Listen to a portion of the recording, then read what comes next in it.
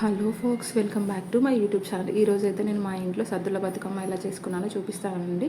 And ఇక్కడైతే నేను చాలా కన్ఫ్యూజ్ అయిపోయాను, ఎందుకంటే ఈసారి సద్దుల బతుకమ్మ అనేది 30th అండ్ 29th అని చెప్పేసి కొంచెం కన్ఫ్యూజన్ ఉండే. యాక్చువల్లీ మనము ఎంగిలి పువ్వు నుంచి మనం కౌంట్ చేసుకుంటే 9 daysకి సద్దుల బతుకమ్మ చేయాలి.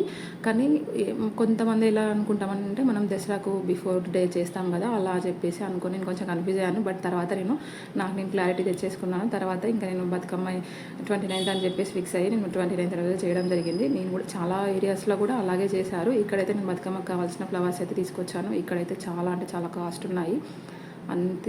అన్ని రకాల ఫ్లవర్స్ చాలా కాస్ట్ ఉన్నాయి. ఎందుకంటే అలాగే ఇప్పుడు విజయదశమి వస్తుంది, అంటే దసరా ఇంకా ఫెస్టివల్స్ అన్నీ కంటిన్యూస్ ఉన్నాయి కాబట్టి వాళ్ళు కూడా ఇప్పుడే కదా అండి మనీ ఎర్న్ చేసేది. సో అందుకే చాలా కాస్ట్ చెప్పారు.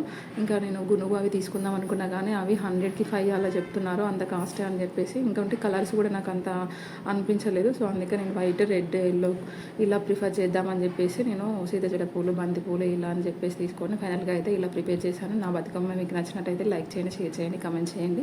నా ఛానల్ని మాత్రం సబ్స్క్రైబ్ చేసుకోవడం అస్సలు మర్చిపోవద్దు. ఫైనల్గా అయితే నా బతుకమ్మ, మా ఇంటి బతుకమ్మ ఇలా అయితే చేసేసాము. నాకైతే చాలా నచ్చింది. నాకు ఈ ఫెస్టివల్ అంటే ఎంత ఇష్టం అంటే అంత ఇష్టం, నేనైతే చెప్పలేను.